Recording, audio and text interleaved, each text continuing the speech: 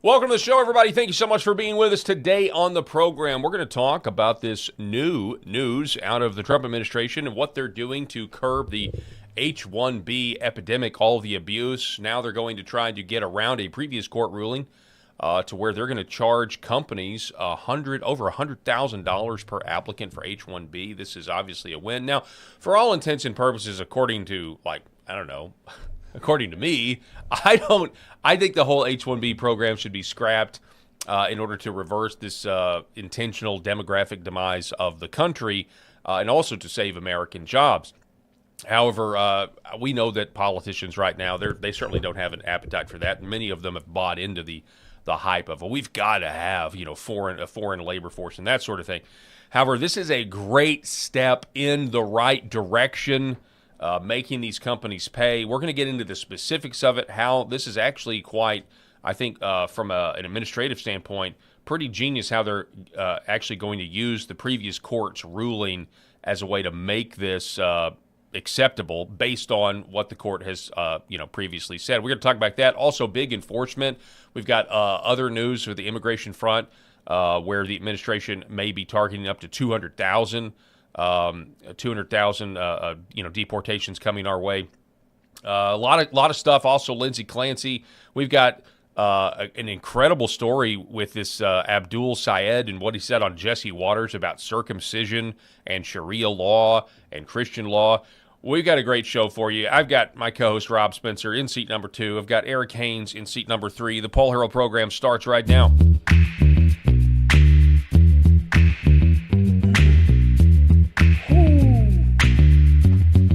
Paul Harrell program. Here we go. All right, folks, welcome to the show. Can't do it without you. Broadcasting live from the great state of Arkansas here on Live from American TV. Also, the Paul Harrell program YouTube. I want to say hello to all of you guys watching through the digital airwaves in North Central Arkansas over at Hometown TV. We really do appreciate it. Rob Spencer's with me. Rob.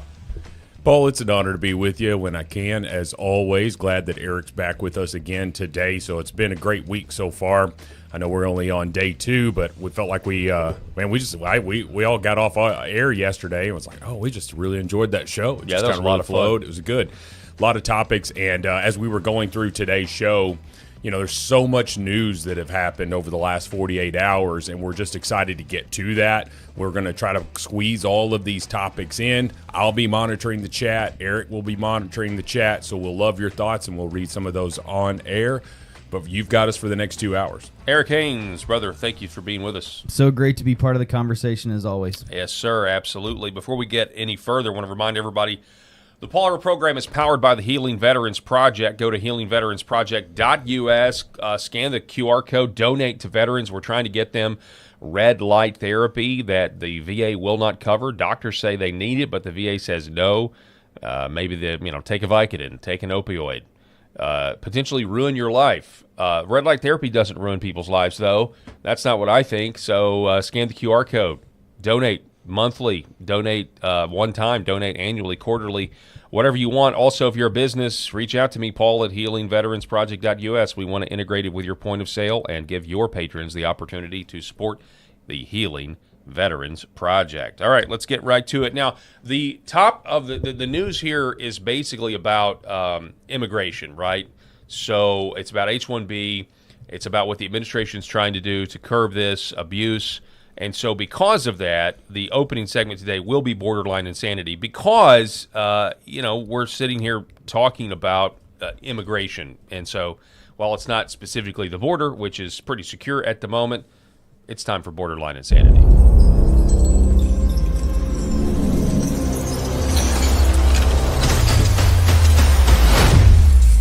All right, so here's the news. The news is that the Trump administration has filed to charge $103,000 a fee on H-1B visas for workers hired within the United States. This comes as the Labor Department, according to Eric Daugherty, has major fraud investigations going into H-1B. So kind of a double whammy here. Here's the vice president saying, if an American corporation needs workers, it should hire and train Americans. The Wall Street Journal reporting the Trump administration is proposing a new six-figure H-1B visa fee that would apply to most new applications, not just those applying from abroad, replacing an earlier plan to charge $100,000 for the visa. Now, we talked about this, I think, last week on the show, how that was originally the plan, and then we kind of pivoted away from that, abandoned that. We said that the donors certainly don't want it, and yet here it is. It's back now. What makes this different than the original plan, the original just $100,000 plan? Well, Layoff Hedge, I think, has a pretty good breakdown for that about how this is different. First of all, it's coming from a different authority. I think different statutory authority. The $100,000 number came from a presidential proclamation using entry restriction powers. The Massachusetts judge, though, said that made it a tax, and only Congress can tax. So this new fee uses INA 286. Don't really know what that means exactly. But it's the same fee statute that the USCIS has used for decades to set every filing fee it charges, right? So we're already now moving from a tax. So this is under authority of issuing fees. Yeah, because you find that there are certain things this is $25, this one is $75. Well, this filing fee just happens to be $100,000. And they do it with using math, though. They do it by actually using the cost of what the agency uses to process all this. Okay, dope. So it's a different process. The proclamation skipped the public comment. This is a formal notice of proposed rulemaking with a 30-day comment period, a cost study, a regulatory impact analysis. That is the procedural box the court said was missing. Also different math. The $100,000 figure was a round number picked by the White House, but the $103,265 fee has a paper trail. $8.7 million in identified agency costs divided by 85,000 cap petitions, rounded to the nearest $5. Cost recovery is what 286M allows. So it's a different scope. This is a big one. The proclamation only hit workers entering from abroad, but this one confirmed in October that F1 students already in the U.S. changing status to H-1B were exempt. That was the loophole. Roughly half of cap petitions come from students moving off. So they're here on a student visa. They want to move over. This would apply to them now. Right. So this closes a loophole. It was a back door for them to, if they were accepted with a student visa, then they could stay, get their education, and as soon as they're ready to graduate, instead of going back to India or wherever, they get to stay on with these H-1Bs. No more, though. That's right. Yeah, that they would close that loophole, and that sounds phenomenal to me. I mean, we've been complaining about this over and over and over, and I think I've gone on my anti-Indian rant, and I'm not talking about Native American Indians. I'm talking about the country, and mostly because I look at it and I see, well, who knew going to an American theme park would radicalize you? You know, the smell still gives me nightmares. It was so awful. For those that do not remember that story, I'll tell a very brief version of it. We went to East Tennessee over there in Gatlinburg, and we were outside this little theme park thing, and just about every person was out there were Indian. You could tell. Some of them were in traditional garb, and it was hot. Even though it was October, it was really hot, and the stench is something I'm not likely to soon forget. Even those that were wearing T-shirts and shorts, the stench, it's like, do you not bathe? I don't get it. I just don't get it. So, and I'm not saying that that's all Indian people, but it was all of those Indian people. I didn't go around and sniff every one of them. But anyway, that has nothing to do with the fact that I'm frustrated. Sounds like you didn't. But I digress. Yeah, it sounds like you didn't have to. Listen, I want to get that jab in where I can, okay? I got tired of smelling booty. I got tired of smelling underarms. And I'm like, we all showered because we have respect for each other and for people around us. And yourself. And myself. Yeah. I'm not going to let myself walk out there looking and smelling nasty. You could have showered. You're all here on vacation. I guarantee you the hotel or the Airbnb or something that you're staying in has a shower. There's free soap. Wash your nasty ass. Maybe maybe the lack of showering is part of their culture in terms of when they vacation. It's like, hey, I don't get it, man. Time to just not shower. They buy these. Call me racist. I don't give a damn. They could buy these gas stations. You go in there and it stinks of curry. You leave that gas station and you are just infected with this smell. You then have to go change your clothes or you're going to be smelling that stuff. You're going full Joe Biden this morning. I'm done. But I'm no, done. so- no. Hold on. Let me finish my point. Okay. To the actual point here, and that is, see, you just get me fired up, Paul. I know. I know. did it I'm on getting purpose. canceled. I did it on purpose. It goes back to when you're paying these physicians half what you would pay them. And I keep going to physicians, but our good friend joined the show and he was talking about, he's in the tech industry, and he was talking about how his job would pay maybe low six figures, a very specialized position, and then they'll bring in these people and pay them $50,000 or $60,000. And they can't compete. What can they do as, a United States white person? They can't compete against these low wages. And so you understand why the companies are doing it, why they're taking advantages of it, but you're also understanding where J.D. Vance is coming from. This is ridiculous. Hire American workers, train American workers, invest in America. And I want to just say this, even further. I saw this video and I was like, yep, as soon as he started talking, and it was a guy that was like a concrete person, and he was wearing one of those, cameras because he's obviously had bad interactions and he's probably posting on social media and all of that stuff. But he goes up, quotes this concrete pad. The owner agrees to $6,000. The guy says it'll probably be about 2 days. And the guy said, okay, well, we're having this get together. Really want to have it done by then, by whatever. And he said, okay. So he pulled an additional crew and got it done in 6 hours. Okay. The guy standing out there says, hey, the video starts with, well, hey, man, just because I got it done in less time, now you're wanting to pay me half? The guy was saying you need to take less. And as soon as he started talking, soon as I heard that Indian accent, I was like, there it is. And here's the thing. It is not insulting for them to try to negotiate that. They don't consider it an insult to try to just completely work you down on the price.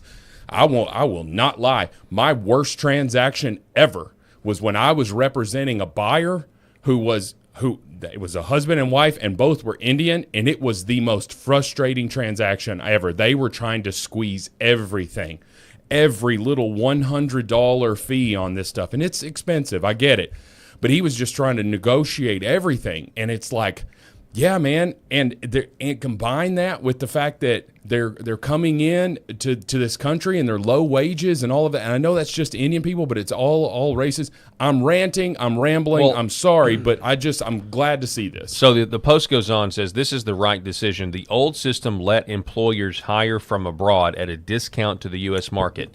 DHS's own analysis in this rule says H-1B workers are paid 16.1% less than comparable American workers. A $103,000 fee wipes out that discount over the first 6 years of the visa.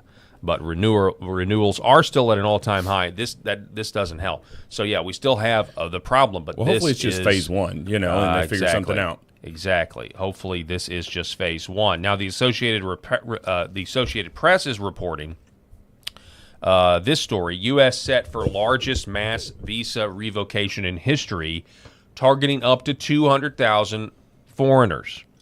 The Trump administration is preparing to revoke the business and tourism visas of up to 200,000 foreigners who have applied for or are currently seeking asylum status in the U.S. If it happens, the move would be the largest single mass revocation of visas in U.S. history and would likely face legal challenges.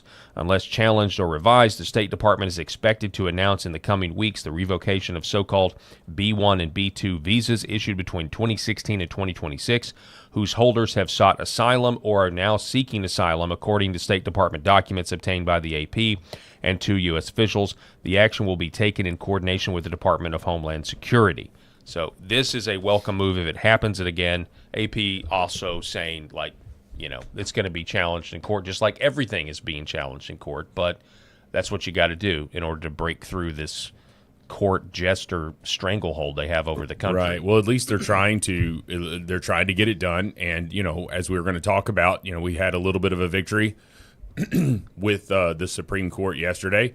And so, we've just got to keep taking those victories where we can get them. I know that I know that it's been extremely frustrating for conservatives that every single solitary thing Donald Trump does, someone is rushing to a liberal federal judge to try to get some kind of stay on it, right? Yep. But fortunately, it seems for the most part we've been able to overcome those. But my gosh, man, the Supreme Court is working overtime more than they ever have in terms of handling this minutia, and it's as Clarence Thomas says, where else can they go? So we've got to hear this stuff, and at least they're doing the right thing, in my opinion. Yeah, J.D. Vance says that rents are going to come down as illegal immigrants are deported. That's obviously true. We just got to have more. A few. This is just from this Insider Wire, but I thought it was interesting. What's going on? Kind of an interesting summary. Trump confirms ICE proceedings against Ilhan Omar. Now that we haven't covered this, but there's whispers that Ilhan Omar may get deported. Which, if that were to happen, that would be so amazing on so many levels. Eric, you don't think so? No. You don't think amazing, or you don't think it'll happen? Oh, it would be amazing. Okay, yeah, I just don't have any faith in the system that of course she'll be deported. Of course. The Supreme Court allows Trump mail-in ballot. We're going to talk about that in just a second. Go ahead. Well, look at it this way. To your guys' point about everything being fought in the court system and being fought by Democrats and liberal judges. Like, think back to Doge, okay? So Doge came in and found 189 specific examples of major flaws in the system, totaling about $892 billion, right? 172 of those were fought in court. 164 of those are still in the middle of legal battles right now. That's back when Doge found... So they've technically only been able to help get our... So think about it this way. Right now, we're fighting against the Democrats and against those liberal judges with our money to try to get back our money that was wasted. Okay, so my confidence and my glass half full, which I know you guys know me as kind of a perpetual optimist, but like... I go by trends and I go by what is actually realistic and what really happens. And Doge is just like this shining example of something that should have been so easy for everyone to get on board with, that this is going to save us hundreds of billions of dollars, trillions of dollars if we let them keep going. And instead, they fought a liberal democratic justice tyrant. And I mean that as one person, but it's many people. Sure. From day one. And now here we are approaching the midterms, and 164 of those things that they found, they're all still in court. So I just don't have a lot of faith that the justice system will root out and figure this thing out anymore. I feel bad for kind of leaning towards more of a pessimistic nature towards our justice system, but I also can't ignore reality. Yeah. Well, you bring up Doge. Doge was obviously a massive, in terms of a populist. It polled very well. Republicans had a huge advantage with Doge. The people loved it. And then, of course, they didn't actually want to eliminate any of that stuff either, because it was the swamp. But this brings us to the next segment, which is court jesters.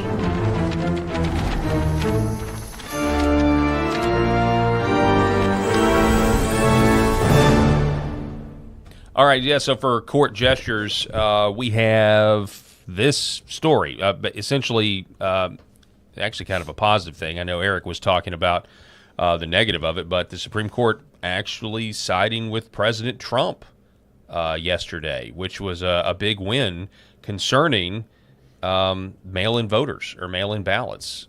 Check this out. The U.S. Supreme Court has sided with President Trump, lifting a lower court's order that blocked President Trump's mail-in ballot restrictions to go in effect. Now, what are these restrictions? Each USPS envelope has to be marked with a unique barcode so that you can track it. You've got DHS and SSA create approved voter list. Then the USPS only sends ballots to that list. Trump is now allowed to move forward with this while the full case is heard. So this is just essentially saying, hey, you can go on with this while. So it's not the final ruling here at all, but it is at least something. Well, and it was unsigned, which is a little indicative of just how early it is.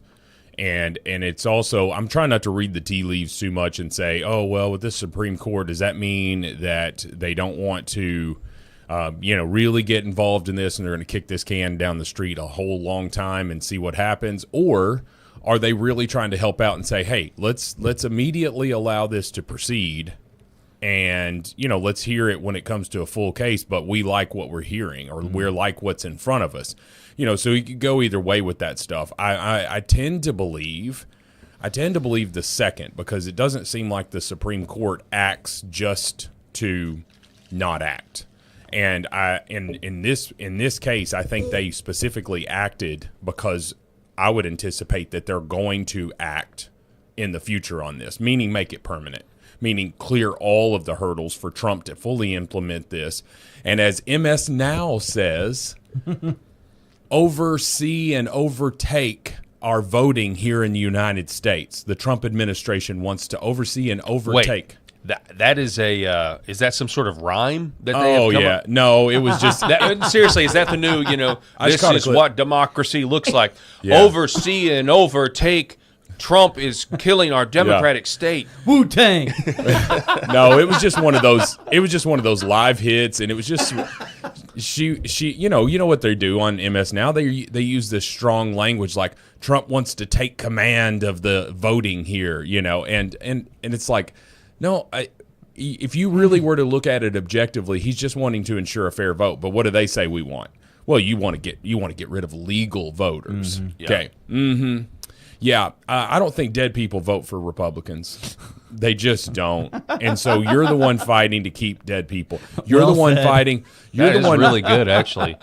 Show me the dead people that vote for Republicans. Right. They just maybe don't. in Republican primaries, maybe. Yeah, but just say for Trump.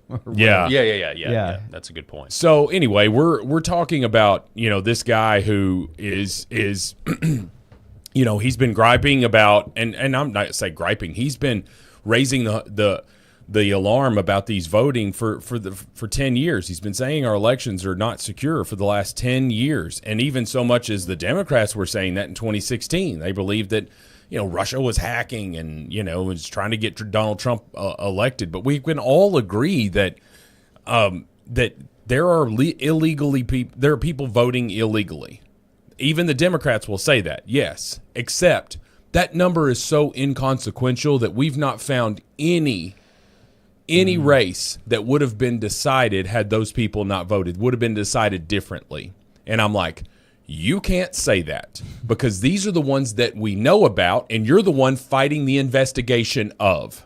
You won't let us investigate it. You won't give us these voter rolls. You fought Trump tooth and nail to check it against the people who are on the that are here temporary, that that they have their visa, whatever the state, whatever visa it is. You won't let us check that against the voter rolls to see if they are actually registered to vote when they're not supposed to be, not as a legal citizen. You're not letting us check all of this stuff. You complained when we were wanting to check against people receiving Social Security or SSI or disability or food stamps. Like they wanted to check that against the voter rolls.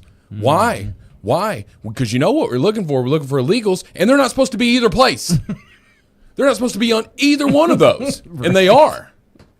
Okay? And so you don't want us to check and cross-check because the jig will be up, and that the Democrats are so damn crazy that nobody really votes for you in majority en masse, maybe in some ridiculous areas like Chicago, where apparently the black Democrats are so stupid there that they don't realize their party they're voting for the party of the KKK. They're voting for the party of the that has put this government in power, that is completely pushing them out of their housing, that is completely pushing them out of affordability in their home in the city of Chicago, and they keep voting for that Democrat. With that, their mayor is absolutely a criminal lunatic. He is criminal, and that man has an approval rating of 8%. How the hell did he get elected in the first place? They are so trained to just say, I go to the polls and I vote for Democrats. I just go to the polls and I vote for Democrats. And it's not just black people. There are so many people that just say, well, this is what I vote. I've told the story about a World War II veteran standing in front of me in the line, and we had to choose in the primaries. Do you want a Republican ballot or a Democrat ballot? And he goes, I'm a Democrat. And I said, in my mind, sir, you're a 1980s Democrat. You're a 1990s Democrat. You sure as heck are not that year was like 2022. You are sure as heck not a 2022 Democrat, because that party left you long ago. It does not exist. The people that you voted for, the beliefs that you have, are much more aligned with me over here in my line. But I'm not going to say anything. I respect your service. I respect that hat on your head. So it's not just these minorities that are doing this.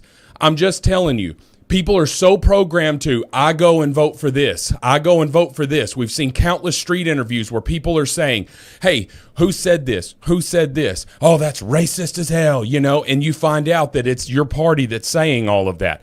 You find out that you actually agree. They're just seeing, what are you more aligned with, Republicans or Democrats? And they're giving them poll questions, asking them questions. They're like, well, actually, you're 78% Republican. No, I'm always voting Democrat. What are they going to do the next election? They're going to go vote Democrats because they're trained to do it, okay?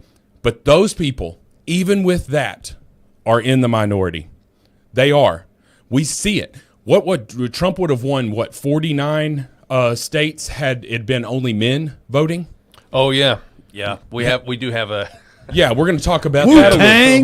We're going to talk about that a little bit. I'm giving away the lead here. 19th Amendment post. I'm going to quit ranting so much, but I get so frustrated about this when people say that we're a 50-50 nation. Yeah. And even that, if it allegedly is 50% on that side, how many of those people actually know what they're voting for when they're going to the voting polls? Do they actually know that person doesn't represent them?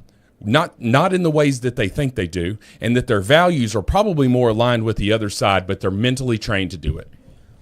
I mean, to your point, I feel like we have to show this clip from inside the Minnesota State House. There was a effort in Minnesota to remove deceased people from the voter rolls. I know it's a perfect segue. And it did not go well. 11. I recognize a member from Olmsted, Representative Quam. Thank you, Mr. Speaker and members.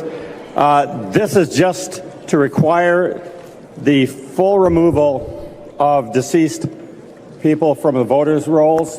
And before you ask, well, nobody deceased is voting. This guy looks like a kind of a large Mike Lindell. Does every man from Minnesota look like Mike Lindell? Office Space. You know who that is? Oh, Milton. That's Matt Foley. Oh yeah. Oh yeah. From in a van down by the river. Yeah, it kind of does. Anyway, he's trying to do the right thing here. This guy. And yeah, bless his heart. Before you ask, well, nobody deceased is voting. He does look like federal system at SSA has checked registrations and has flagged deceased people registering in the state of Minnesota. It's not a huge thing, but let's take care of it by cleaning up the roll. Oregon is doing it, and other states are doing it, so it's not an unusual thing to do. Let's just vote green. 11. I recognize a member from Olmsted, Representative Quam. What ended up happening with that vote there, Paul? They did not remove the deceased people from the voter roll. Interesting. The Minnesota Democrats, I wouldn't have thought it. Vote, to your point, to not remove deceased people from voter rolls. They don't want to. What was it you said? They don't. What was the chant? He wants to oversee and overtake our elections. Yeah, Trump wants to oversee and overtake elections. The elections here in the United States. The elections here in the United I mean, States. I can't believe listen. that rhymed. That was. Look, that is that. all it said, the first line, breaking, Minnesota Democrats vote to not remove deceased people from the voter rolls. Gets back But to the, look what they gets back- said. They need these dead votes Yeah, to create fake yeah, votes. that's It's just right. like what you were saying. And he This goes, is how they win. They cheat. and he even said it. He's like, well, if you think that dead people aren't registering to vote, we've actually been cross-checking that, and they have. They've been registering. So we know that they're not. Well, you know, this ghost didn't walk in there to the registration office and register to vote. We know what they're doing. These people are getting a hold of Social Security's dates of birth, addresses, and they're going to register, and they're cheating. And the party that doesn't want that cheating stifled is the party that cheating benefits. So don't tell me that we're election deniers, because I would rather deny something than absolutely be the one cheating something. Mm-hmm. Okay? And that's who the Democrats are. Or at the very least, that's who they're enabling. And they don't want these gone, because these are the people that are going to lose their job. That's a 60-40 state, and I've just said it in my mind. I don't truly believe that's what Minnesota is. I think it's just so damn corrupt.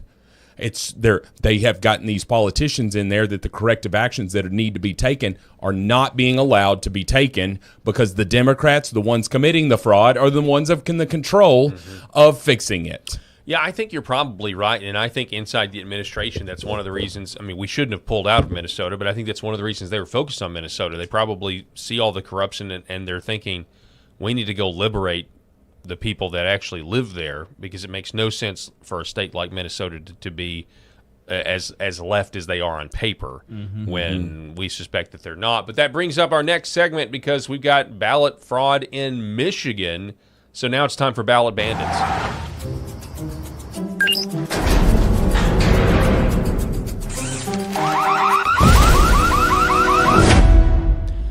For this edition of Ballot Bandits, we go to the state of Michigan, where Emerald Robinson had a couple of posts over the last 5 days. We had a clerk in Michigan asking the federal government to remove illegals from its voter rolls. Listen to this. Hastings Charter Township in Berry County, Michigan. My county sheriff, Darleaf, had received a report today and disseminated that information that an employee at the Secretary of State advised him and said that there was proof that when a non-citizen changes their address, programming automatically registers the non-citizen to vote.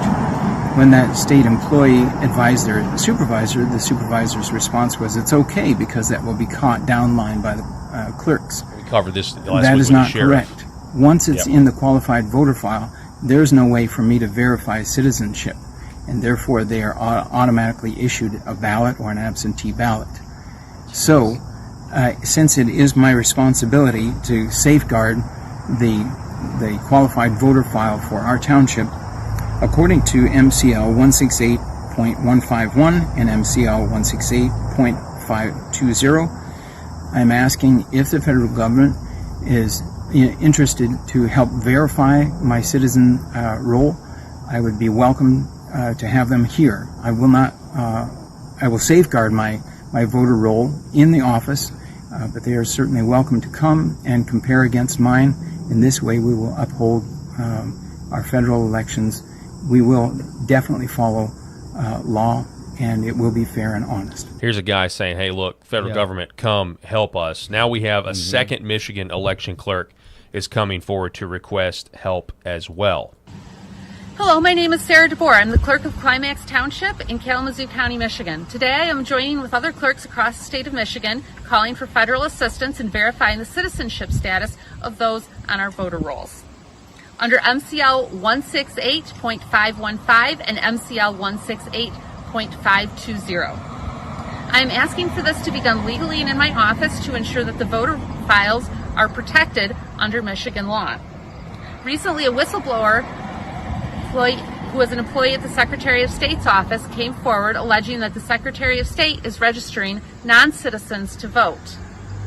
Contrary to what the supervisor of that employee told them, local clerks have zero ability to verify the citizenship status of anyone in the qualified voter files. So So I am asking for federal assistance to do my duty as a local clerk to ensure that those who are registered to vote are also legal citizens.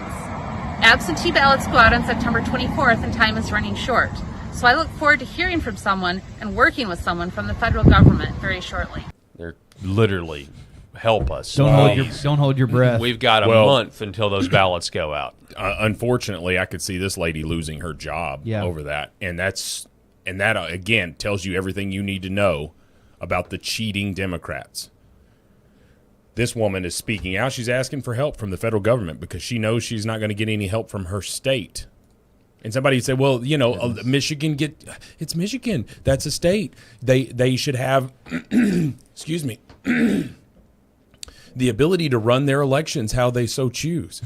But they are sending members to Congress to represent all 50 states with their voting powers. And they're passing legislation that could affect me here in Arkansas. Yes. Okay? That's right. That's where it's like, I mean, I've said this before, but this is where it's like wars have been fought over less. That's right. So don't tell me that I don't have don't tell me that I don't have a stake in your elections. It's those drinks. We always, every time we have energy drinks, we get. No, it's not that. It's not our energy drink. Huh. It can't be this wholesome, delicious Black Rifle Coffee Company energy drink. Cold cut combo. I stopped Remember drinking the them. Adam I went back to Sandler? just plain coffee, and I don't have to clear my throat every time. Well, I'm I not clearing cough. my throat. I think it's need- just you, Rob. But you Listen, have to- so I need all. What am I doing? sometimes I didn't say all the time. Okay. But sometimes. Well, All right, I'm just Rob. I'm just hoping that they will see me drinking this every day, and just like if they don't want to sponsor the show, at least send me a case of these or something, because I toss them back. But Grunt Style owes us. I got a new shirt today. Here we go. I didn't listen. I I'm got still to tell you waiting this on story. my shirt, man. I got to tell this story real quick. I want a tight one too. It's So- like a Hollister shirt. So That's what I didn't make it. I didn't make it home Saturday. I was playing in a golf tournament on Saturday. I didn't make it home in time, and I got the notification that because it says your mission is complete. That's what it says for Grunt Style, right? yeah, and it gives me the thing.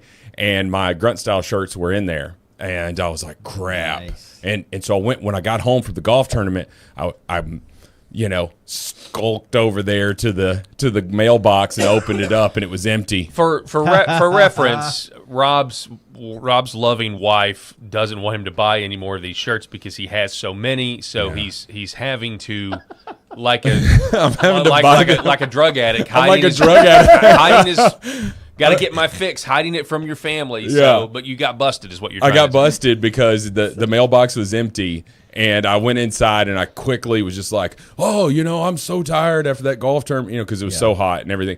And and she goes, by the way, your shirts are on the bed in there, and I was like, oh yeah, and she goes, don't tell me that there's more of those delayed ones, because I tried that for a while. Oh yeah, I was just like, this is part of a big order, and these were just delayed. And all like that every stuff. person coming home from the mall in the 90s is like, now this is what it is. Stuff arrives in the mail, and you got empty Amazon boxes laying all over the place, and you're like, wait a minute, what? Hold on. Well, so this wasn't in the budget. She's really good-hearted about it, but she's smiling and all that stuff, and she's like, Rob, you've got a problem. Well, anyway, she then goes into our closet, and she starts going down the line and taking every Grunt Style shirt and putting it to the front. And she goes, it's inventory time, honey. She goes, how many are dirty Here we go. versus in your gym bag and all that stuff? And I was like, oh, yeah, I don't know. I'm like hemming and hawing, Anyway, and we start counting. And she's like, she had to go tend to one of the kids. And I came out there, and she goes, how many was it?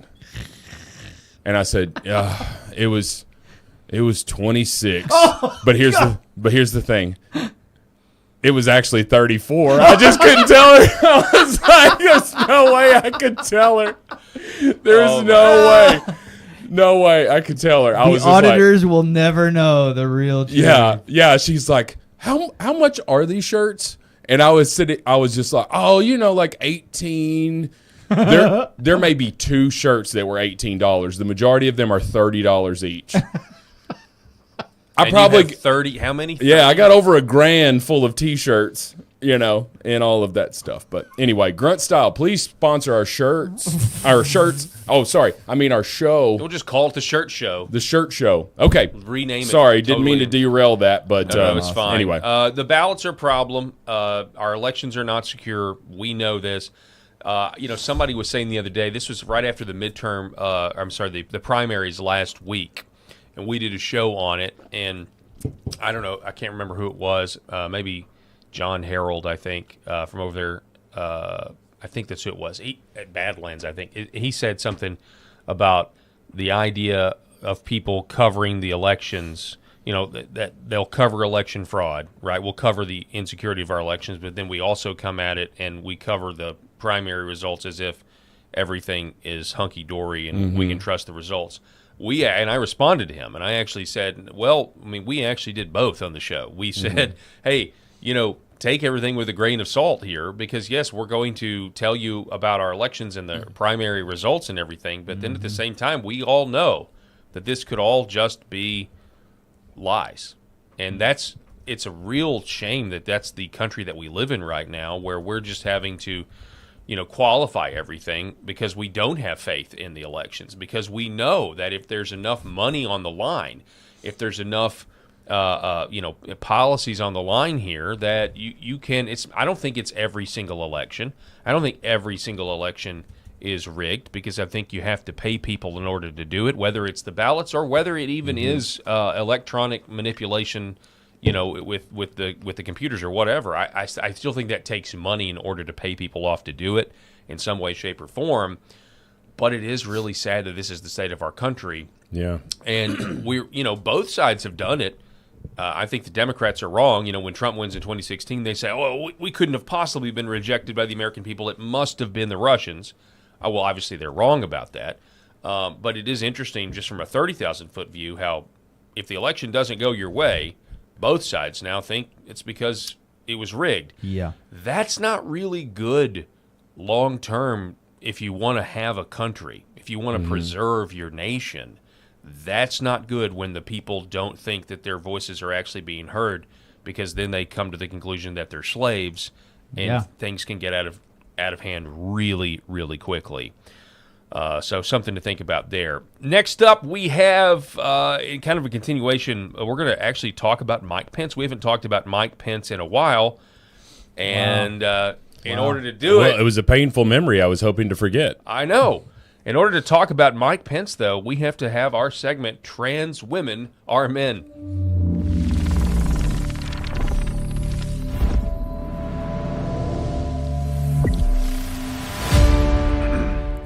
No, I'm not saying that Mike Pence is a woman. Just to be clear, this is a viral post that has been making the rounds. Mike Pence being interviewed over on CNN, The Blaze, with this coverage. And there was a little bit of an awkward moment here about Mike Pence's former staffer who works for the CIA and is also trans. Quickly, before I let you go, I do want to ask about comments by Julia Curley, former CIA officer who served as your daily briefer during the first Trump term. She's a trans woman. I spoke to her earlier this week, and she said, despite your different views, you treated her with, quote, great dignity. And a big moment for her in her life was you telling her mother that you must be very proud of your daughter. What was your reaction to hearing her say that? I haven't read the article. I appreciate the kind words. But, you and I have known each other a long time, Dana. And my conservative values are fairly well known. But maybe some people didn't quite know that among our Christian values is my wife and I believe in treating others the way that we'd like to be treated, with decency and respect. And I was heartened to hear Julia reflect that that was the experience that took place in our office. Okay, well, I haven't seen that clip. I will say I don't have a problem with what he just said, because I'm not going to sit here and I have never been disrespectful to a trans, and I've seen one of our local restaurants. Their manager was trans.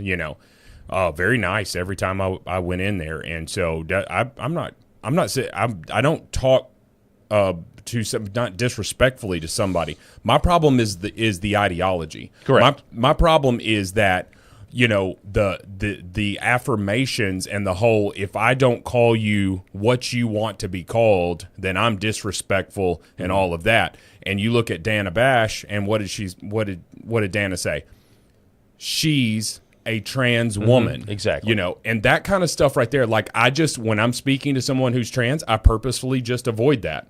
Ask them what their name is, and they tell you what their name. That's just how I'm going to refer to them. I'm not going to say she, they, all that crap, because those are. Well, you don't want to lie. Well, I'm not going to live in the delusion. I'm not going to say how's lady life lately. Exactly. Like, exactly. And that's why Steve Day says this is the failure of the post-religious right era of evangelicalism contained in one singular clip. And what he's essentially saying here is you've got the two greatest commandments that Jesus summarizes the entire bodies of the both tables of the law. The first table of the law, love the Lord your God with all your heart, mind, soul, understanding. And then the second table of the law is love your neighbor as yourself. But the first one is to love the Lord your God, and the second one is to love your neighbor. But if you invert that and you put love your neighbor as yourself in front of the first commandment, love the Lord your God, you end up affirming people on a path to hell and destruction, a path of misery. That's not loving. Well, you see what you do? You're actually, by tolerating the lie. Yes, you can do it in love, and you can have respect for somebody. That's all I'm saying. I'm not going around. I'm not going to be a dick to people. You can do that's it in love all I'm saying, and have respect for them. But the loving thing to do is to not participate in their delusion. And if they're a man and they want to be called she, you can't do that. Number one, for their sake, but you also can't do it for yours because you don't want to bear false witness. You don't want to tell a lie. You don't want to live in that delusion. So it's really not a fine line to walk, honestly. Yeah, and honestly too, I'll say this because somebody brought up a point there. I said what I said there, and then they said, so you're going to call Richard Levine Rachel, and that actually got me because no, I wouldn't call that lunatic man Rachel, no more than I would call Sarah McBride Sarah. I forget, was it Tim? Is what's his name? Anyway, whatever his name is. So I will track. I'm going to pull that back in a little bit and retract that. All I'm saying is I'm not. You talking about the congressperson? Yeah, the congressman, Eric. Yeah. Congressperson. So I'll pull that back a little bit. I know you're not. I'm just making sure. I just don't have a habit of walking down the street calling people freak shows and all that shit. That's just not.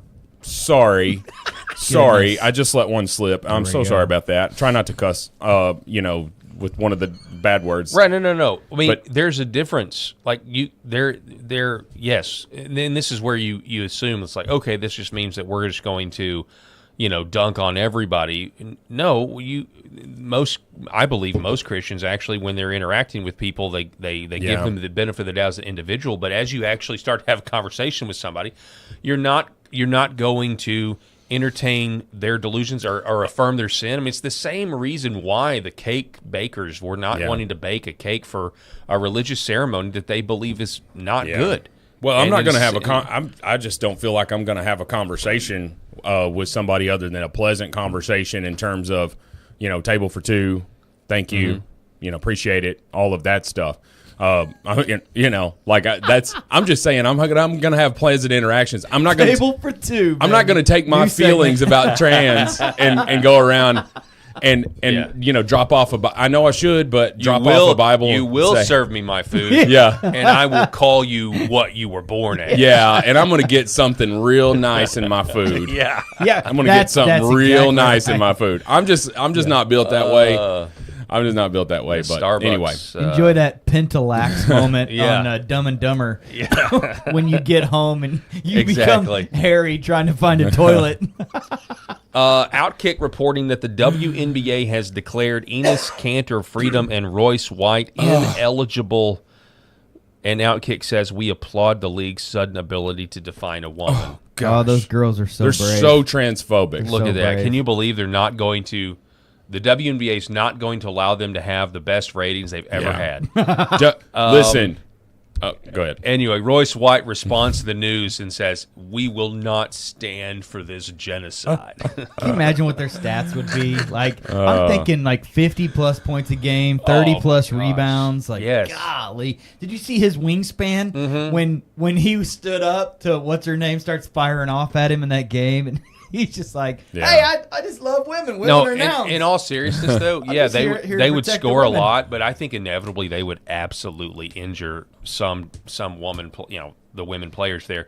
No, I think they'd be really careful. You and think they'd and just be dainty? Yeah, dainty. I Oh think my they would gosh, prance. dude. Honestly, Because I've gone to enough Memphis Grizzlies basketball games to know that it takes guys that size about 4 steps to get from one end of the court does. to the other, and it's just wild to think what their stats could be. Honestly, if they started I playing think they against should be girls. able to play if they play literally with one arm tied behind their back. They can only play with one hand. Yeah. Well, Yeah. and and it's one of those things like, I mean, just going back to the Mike Pence thing. Mike Pence never. I mean, it was never said that person, complimented Mike Pence on using their preferred. Now it's implied that they use their pronouns and all of that stuff. But it never said that. All it said was that he was respectful. That he just wasn't a dick. Right. Like going around, and that's all I'm saying. Just please let me clarify and say that's all I'm saying. I'm just not going to go around now. If I've got a platform, which we do here, to talk about the trans ideology and the movement and the absolute indoctrination of our children, that's definitely one thing. I'm just not going to walk down the street and yell and throw rocks at trans people. That's just not who it is. They've got mental illness. They need some freaking help, man. They need some freaking help. It's no more than I would go and ask hey, freak show, why don't you eat some food? Your skin and bones, to somebody who's anorexic. Well, this is the last thing I'll say. All right. Ultimately, these people with mental illness, they need Jesus Christ. They do. right? They and do. here's the secret. This is a positive thing that I'll tell you guys, and I'll tell members of the LGBTQ RSTLNE, which elected by Val community. There are future Christians among those populations right now that they will even if they've trans themselves and are full of regret.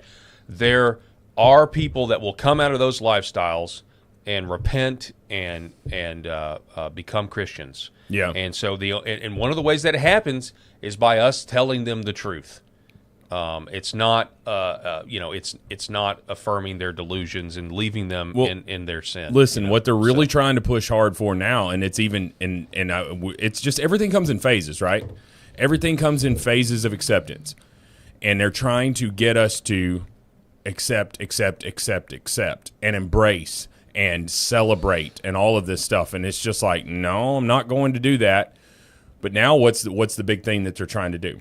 They're trying to get you to drop the word trans and just say, "Oh, really? I didn't know." Oh, this. yeah, this is a movement, and say, "Quit calling me a trans woman. I'm a woman."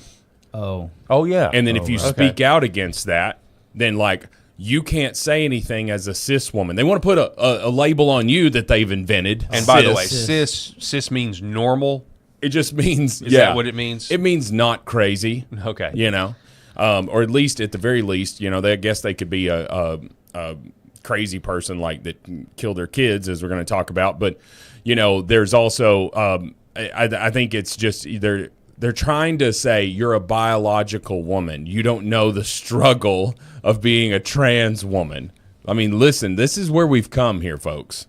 This is where we've gotten to, and so So Eric's got to step out for just a second. Yeah, but anywho, I forgot what I was saying here. Oh, but yeah, this Enes Kanter thing, and obviously we know that they don't want to truly play in the WNBA. We know that because Royce White's running for Congress. I think he lost. Oh, he lost the primary. Well, let me make sure. I don't want to check that. I don't know what the status of that is. But then Enes Kanter Freedom has retired, and he has his very successful podcast, doing well with it. I think they're just raising ridiculousness and trying to bring it to light, and the WNBA is failing it because how are they going to reject them from the draft? How can they do that if it could anybody else would have that opportunity? And so I will say one other thing about that. I've mentioned this on the show before, but there's a real possibility that, especially from this player right now that's playing in France, that is an actual trans, they're not just saying they're trans. They're actually living their life as a trans person. And they're playing on he's playing on a women's basketball team. Yeah. And he's good, obviously. Well, he's dominating. Yeah, he's good. He's freaking ripped up. He's good. And so right. It's like this entire conversation, if you go watch the movie Meet the Fockers and they're like, spike it, Focker, spike it. And that whole scene where it's slow motion, that's men and women's sports. Yeah. Right? Right. That's men and women's sports. And so this, and it's not going to, how much longer is it going to be before some WNBA team looks at this dude and says, he says he's a woman. It would destroy the league, but you would have an absolute ratings bonanza of people like me that don't care to watch it. I would watch it just to watch. I mean, I wouldn't consistently watch. I would watch like a couple of times and be like, oh man, what a joke. But we anyway, just watch the highlights. Michelle Tafoya wins Republican nomination for Senate. This was a couple weeks ago. The former sportscaster defeated the former NBA player in 2024 GOP U.S. Senate nominee Royce White. So he did lose 2 weeks ago. So just throwing that out there. So she's the Republican candidate for Senate there in the state of Minnesota. Unless they get those elections secured, I don't think she's going to win. Here is Royce White. He says, upon the news the WNBA is rejecting him, he says, I have not received any official or unofficial communication back from the WNBA regarding my eligibility. I will say, as a black trans lesbian, the rumors of denial for my multi-spirit existence are concerning. I'd also like to remind everyone there is a trans genocide taking place right now in America. These kinds of casual comments lead to violence and our deaths.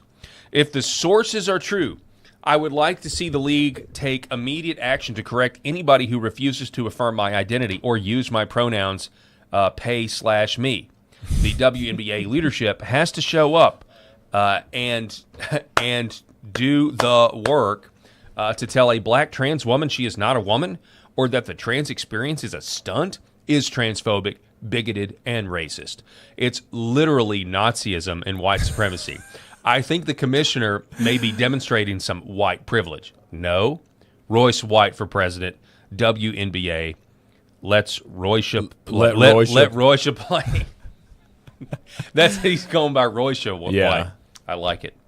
Well, it just seems like the WNBA's answer to this is not to give an answer. Yeah. Other than you're not eligible to play, but they'll never give them. They're not going to give them a reason. Mm-hmm. They're going to say, "Oh, well, you're not being serious." Do they sue? Is there somebody that wants to finance a lawsuit? If there would be a law firm that is of the same mentality that this trans lunacy has to stop, then they may take that case and be like, yeah, let's go for it. Let's sue. Let's get you in there. Well, I mean, from a standpoint of pointing out, I mean, it would be obviously whoever the attorney would be to pursue that would have to want to jam up the culture. You're not doing this for money. You're not doing this. You're doing this to essentially confine a evil, wicked ideology to the dustbin of history. What landmark case didn't start out with that sort of goal for let's correct a large wrong, like a huge wrong, and there's some debate on how Brown versus the board got in there, but of course integration of schools. There's obviously a ton of huge Supreme Court cases that have shaped our country, and I'm not trying to say that this would be on that level, but when you think about it, if the mental health of these people was more paramount than people trying to say, I just want to be accepted, and I want to accept those, I want to affirm those, and using the ideology as a weapon against people and saying, hey, you're transphobic. Okay, just call me transphobic then. I don't care. Just call me transphobic, but I'm not going to sit here and agree to you, again, doing drag shows in front of my children. Yeah. You have no limits on this, because it's not just that you want to live your life. Hey, you want to live your life however you want to live your life. That's up to you, and you'll have to face Jesus one day. Okay? You'll have to stand before the throne and explain your actions. But that's between you. If you would like to hear a testimony on why I think the Lord and Savior of your life should be Jesus Christ, I would be more than willing to say that.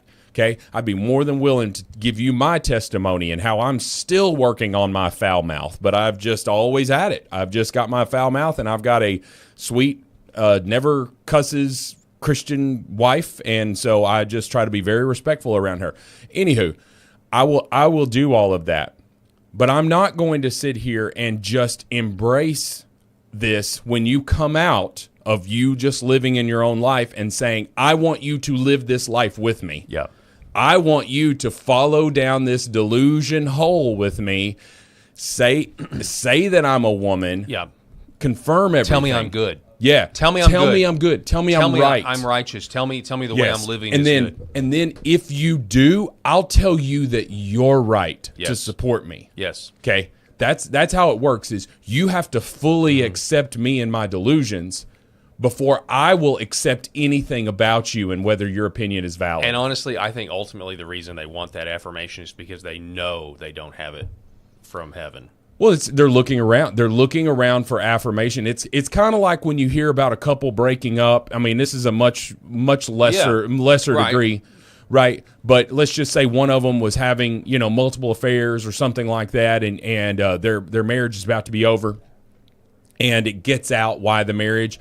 Well, then the person who was committing those multiple affairs might start calling around. To their mutual friends and be like, you just won't believe what happened. Mm-hmm. You just won't believe how they did. Like, they're trying to get some validation that it wasn't so bad what they did. Yeah. And in fact, they were really just, how could you not do what you did? I think your analogy is sound. I mean, I think psychologically that's exactly that's a really good point. We try to get these people to their side. Well, this is an entire sick, mind-rotted ideology that's trying to get us all to live in that mind-rot ideology, and we're just refusing to ever do that. We're going to take a break and reset here, but before we do, we're going to listen to this clip because this is what we're talking about when we come back from break. The Senate candidate out of Michigan, right? Is that Abdul Saeed? Mm-hmm. He is talking about this very issue, but saying that it's no different. Transing kids and circumcision are the same thing. Listen to this, and we're going to go to break. He dodged again. Sex changes for minors. Do you support that? Look, I remember having great conversations with my conservative friends about right-to-try legislation. The idea that the government shouldn't tell you what kind of health care you should have. I just think the government shouldn't tell you what kind of health care you should have. And if you're a minor, it's between you want to your try doctor on and your kids? parents. Now, if you disagree with that, if you disagree that healthcare decisions need to be made by a doctor and their parents and a patient, then we think we agree to disagree. But you want to put government inside. So Abdul, you're a doctor, right? Selectively. I am. So you think it's okay for a parent to slash his kid's thing-a-ling off? You think that's okay? I mean, do you really want to have this conversation? Are you circumcised? Yeah, but I mean, that's a Jesse, personal question. Okay, doctor. So you probably should want to move on. Is circumcision's different than castration? I think it's a problem. It's a problem that you think that you get to decide what happens between a parent, a doctor, and a patient. And I'm just saying that, yes, circumcision is surgery on a kid's ding-a-ling. So if you really want to bring that up, you can. I just think you guys are really selective about how you want to talk about these things. Abdul, Michigan's not going for that. We're going to talk more about this when we come back from break. This is the Paul Harrell program on Live from America. Back here in just a moment. For centuries, light has been used to heal.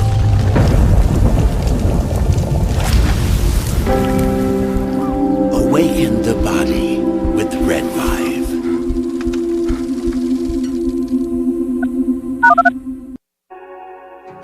The other things that we're seeing, more and more use for is even vascular issues. So one of the mechanisms that red light, near-infrared light, or red vive works is stimulation of the mitochondria and stimulation of nitric oxide production. So when nitric oxide is released in cells, it vasodilates cells. It reduces inflammation. It moves blood. It brings blood flow to areas. So folks that have issues with ulcers or burns or wounds, it can help stimulate increased blood supply, and you need blood to heal. So that can open up different avenues for peripheral artery disease, for neuropathic pain syndromes. And so that's one of the other areas for nerve injury or nerve pain that we can leverage this type of medicine. MyPillow's second annual mega sale is finally here. Get our patented premium MyPillows that adjust to your exact individual needs to give you the best sleep of your life. When I got MyPillow, I'm asleep almost immediately. I stay asleep at night and I wake up more well-rested in the morning. Now for the lowest price ever. Kings, $19.98. Queens, only $18.98. And Giza Dream bed sheets, the best sheets in history, for as low as $29.98. Lux Pure 6-piece towel sets, towels that actually dry you. What a concept. Now only $39.98.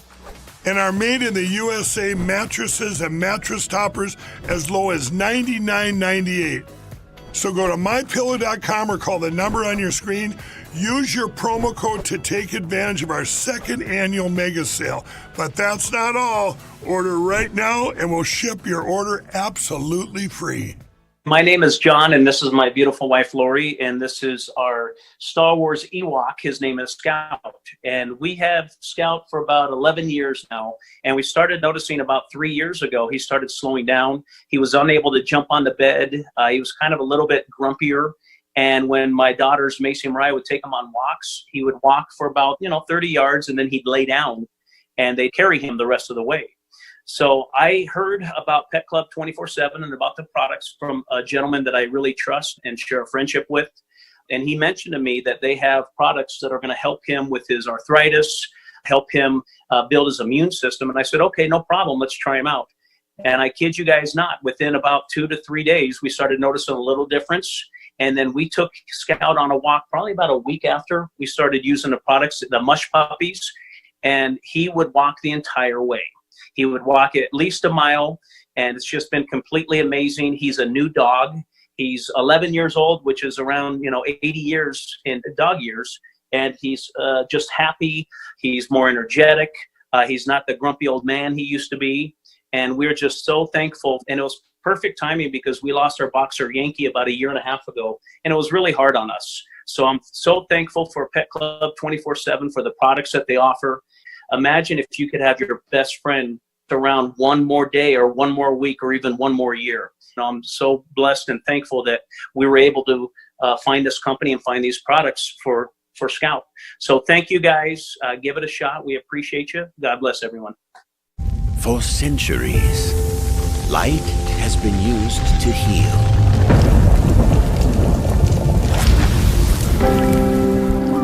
Awaken the body with Red Vive.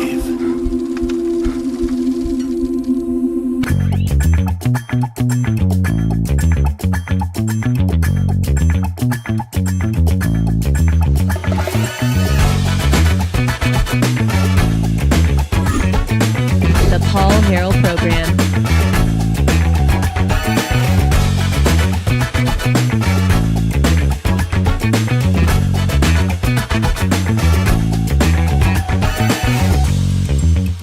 All right, welcome back, ladies and gentlemen. Good morning to you on this Tuesday. This is the Paul Harrell Program, broadcasting from the great state of Arkansas.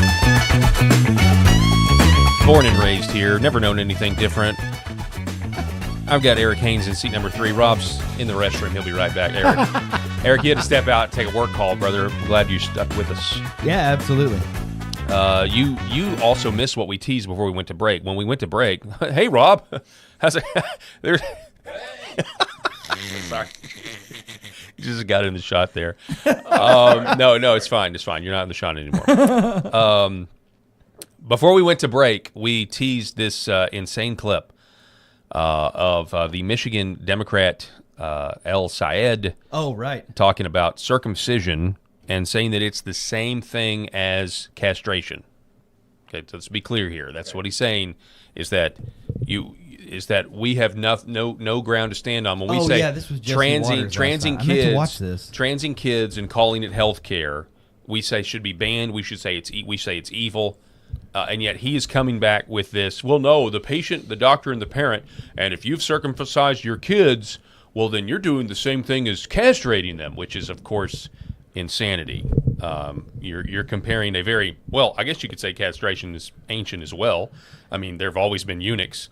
I'm just trying to compare it to the eunuchs. There's always been ballless people walking around here. The left wants to make eunuchs great again. I mean, I guess that's very much their. Paul's going back to the Israelites and the Egyptians. Well, I'm just trying to think. Like, look, circumcision was a covenant sign from the Lord that obviously was it had spiritual significance. It had ethnic significance. Yeah, it's something that has continued. Amongst some Gentiles, not all Gentiles, as now the gospel is available to the entire world through Jesus Christ. But there's a lot of people that still do it. There's also, people trying to rethink. I know there's a movement of people out there that are like, you shouldn't circumcise because it's wrong or whatever. Oh no, there's more than a movement. They're crazy. Yeah. You see them on the they're on the street corner with their posters that say "I want my foreskin back," and they have like white pants on, and they've put fake blood around their crotch. They've picketed. These people are lunatics. They've picketed out here in Northeast Arkansas. Yeah, I've got a good buddy named James, and he wore a Santa Claus costume and just stood in the middle of them, and it was like make Christmas great again. Yeah, make Christmas great again. It was just so funny, and he of was course, just trolling them. Everybody, and they were doing it on the main intersection up there by the mall, and so everybody could see them. And there was only like 15 people out there, Of but course. That brings up this. It's time for our next segment. Left Turn It Crazy. Left Turn Ahead.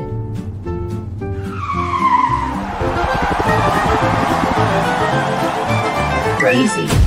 All right, so for this segment, here it is again, El Sayed on Jesse Waters.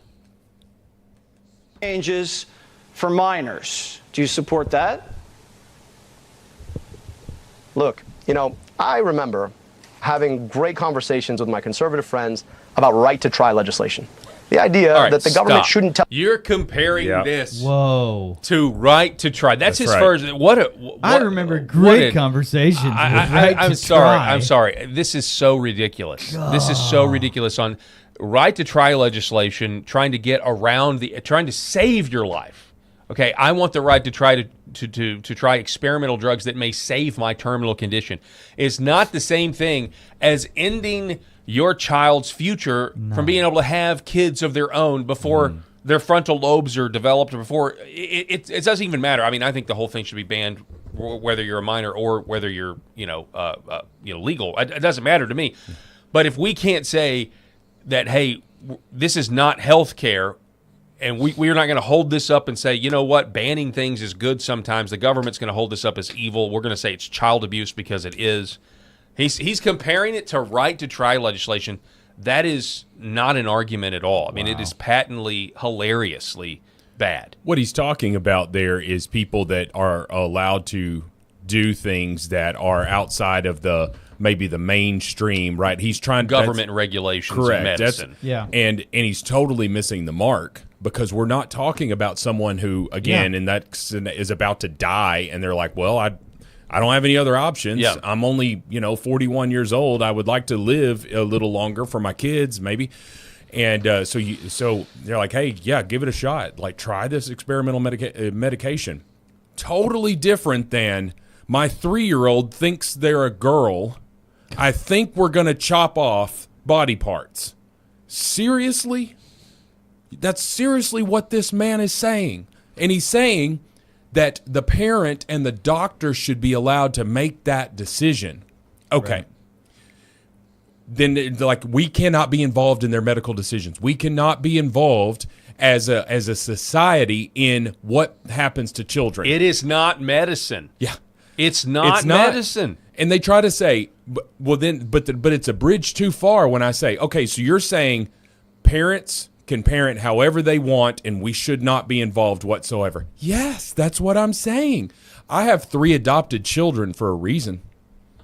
Their parents proved what they were capable of and lost the rights to their children, and the state stepped in to protect those children.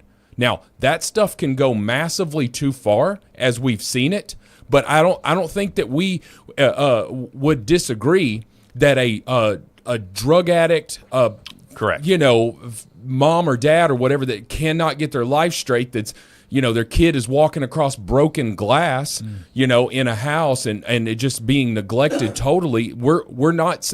The state should have a say in that, because it's just as a normal society we have to have a say in that. You're permanently altering children because of your sick and twisted ideology. How the hell could you compare that to someone terminally ill that is trying some experimental medication? It's so polar opposite. But he thought he had something there. Mm-hmm. Yeah. And his leftist lunatics think he has something too. They're watching this clip and they're like, yes.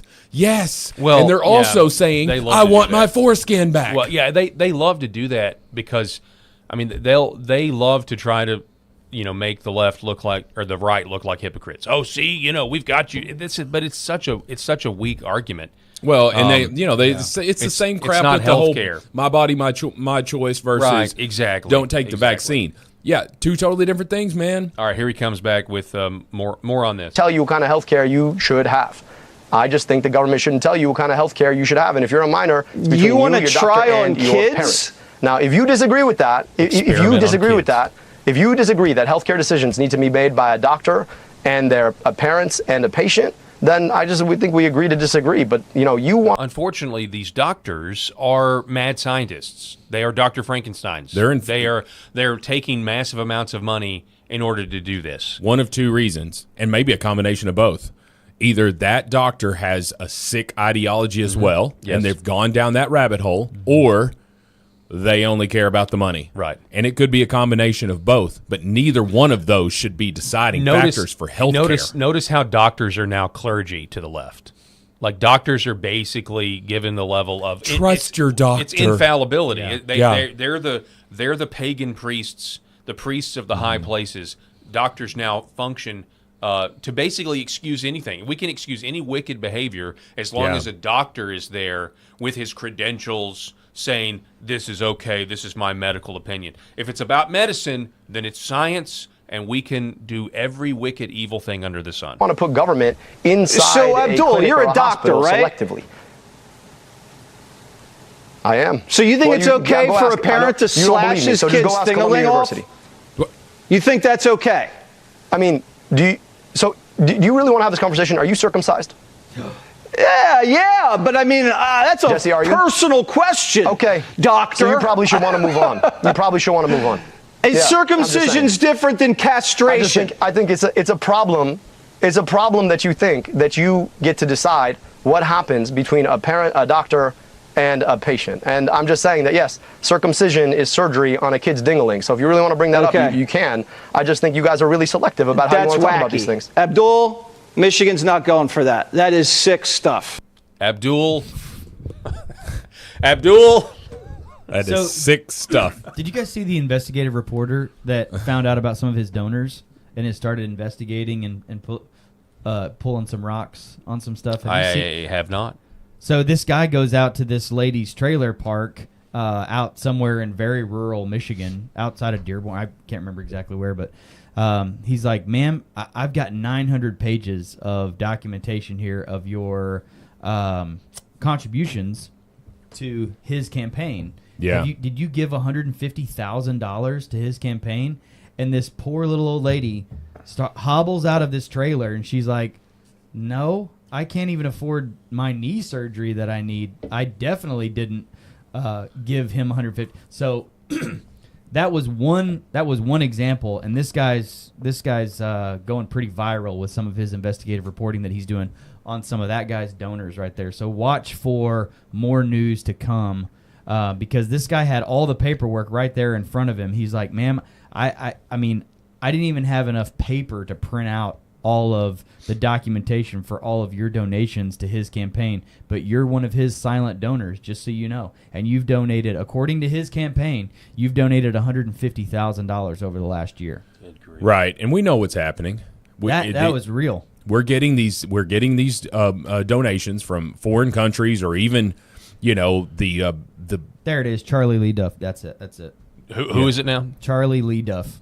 Okay. Yeah, they're getting these donations from foreign countries, or just these liberal lunatics here in the United States that are they're taking all these large sums of money, and they're putting them in the names of these other people because they want to make it look like, oh, look at this, this is a grassroots effort here, and because they're wanting to hide where that money is coming from. Yeah. So you know something nefarious is going on there.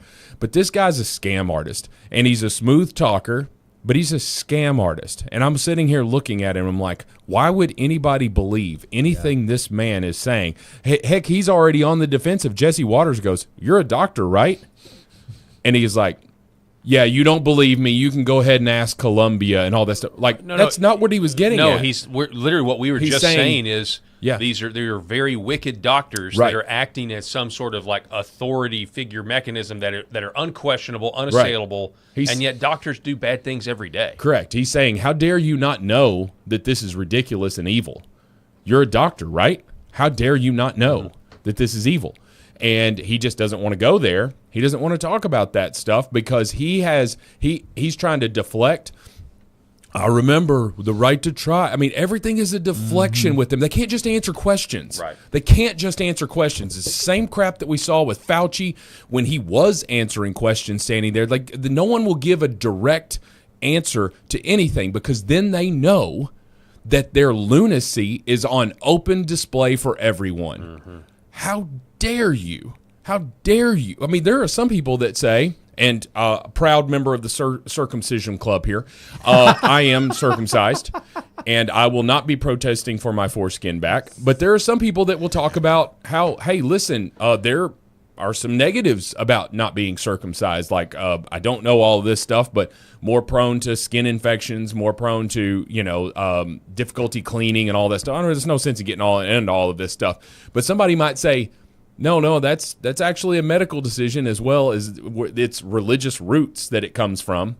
And, I was the first and only boy, and my mom, she was young, she was a teenager when I was born. She's like, no, I'm not going to get him circumcised. Like, why? I don't want to go through all of that, like doctoring it for the next couple of days and all that stuff. And apparently my Aunt Wanda, our good friend Wanda, I haven't seen her in the chat today. But anyway, my Aunt Wanda said, no, you better do that. She had two boys that were older than me, and she had gotten them both circumcised. And she's like, it's not that bad, just do it. And I'm thankful for my Aunt Wanda, God rest her soul. I'm thankful for her because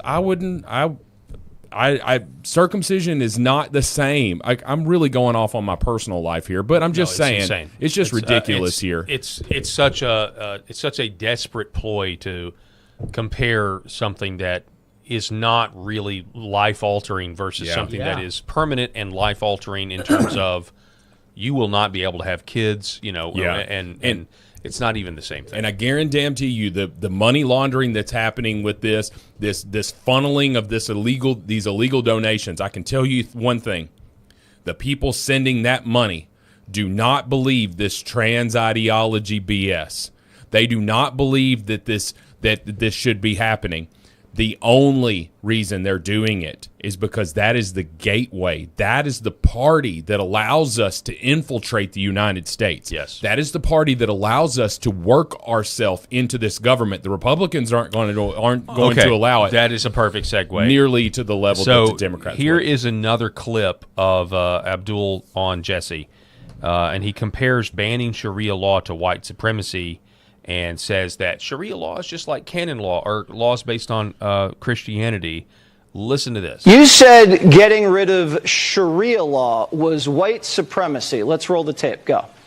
I don't have to tell you that the same exact forces that drove native peoples from their land 2 centuries ago, destroyed Black Wall Street a century ago, bombed a building decades ago, and tried to ban Sharia law not a decade ago, that those forces are alive and well today. So getting rid of Sharia law is white supremacy. Can you explain that one? Do you know what canon law is? Jesse, I assume you're Christian, right? Yeah, tell me. All right, so canon law is the name for Christian law. I don't begrudge you your right to practice your faith as you choose. I don't know why the idea that I could practice my faith as I choose is a problem. Nobody is trying to push. All right, stop right there. Okay. Jeez. He's giving away the farm. Yep.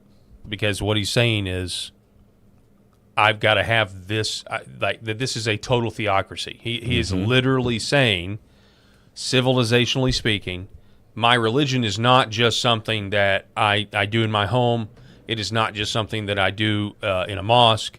It is something that encompasses all of life. It is something that encompasses my my civic life, my political life. That's what Sharia is. Okay. And so he's essentially saying what we all know, that this is a civilizational clash, and the two are incompatible. Now, he's not saying they're incompatible. He's being the subversive. Well, you get to have your Christian laws, and I get to have mine. And by the way, we should be perfectly comfortable admitting that, yes, America's laws are based on Christianity, even the derivative ones that we have today. We've got some wicked laws out there, but as we've talked about on this program, we had a pan-Protestant nation that was perfectly comfortable with blasphemy laws, was perfectly comfortable with anti-sodomy laws. They did not want a church, a national church. They did not want a national church because they just broke away from one, but they were comfortable with states having the right to have state churches and that sort of thing. Absolutely. They were okay with that. So that is our civilization. It is very much based still, really, the entire way that we set up our government. I'm speaking as a Presbyterian, is based on a Presbyterian form of government where you have checks and balances and powers and representatives that represent the body that go up. It's very similar to Moses in the desert. When Moses doesn't know what to do, all of these people are coming to him with problems, and his father-in-law Jethro says, "Hey, get together a bunch of men and segment them off and say, put one guy in charge of these people, and then you have another council that's in charge of a larger group." You see what I'm saying? Yeah. It literally is. Our government is mirrored after that, and also after Acts chapter 15 and the Council of Jerusalem. It is from that you got a lot of certain church polity, and it's from that informed how to structure our Constitution and our three branches of government with checks and balances. It's Christian. It is explicitly Christian. And we need to be comfortable saying that, first off, because if we're not comfortable saying that, we're going to lose this battle against the subversive elements of political Islam. And that's what Saeed is talking about here. I'll let you guys respond, and then we can get to the rest of it. Well, and I also think that, let's just take a look at the First Amendment. I mean, there's a great school of thought that, a lot of people say establishment of the religion and thereof, respecting no establishment of religion and thereof, like that the government is not supposed to take any sort of role in religion whatsoever. And I just don't truly believe that was the original intent, as Charlie Kirk and you would even say, too, that 11 of the 13 original colonies, that those states required some sort of belief, affirmational belief to Christ in some form there. And so, obviously there's different denominations of it and all of that, but in different sections of the country. And so to say that we weren't built on Christian values, that we're not a Christian country, is just completely false. But all I believe that the government was trying to say there, the founding fathers, what I believe that they were trying to say is, we're not going to make you be a Christian here in the United States. We're not going to, the government is not going to force you to go to church on Sunday, to read your Bible. That's not what our job is.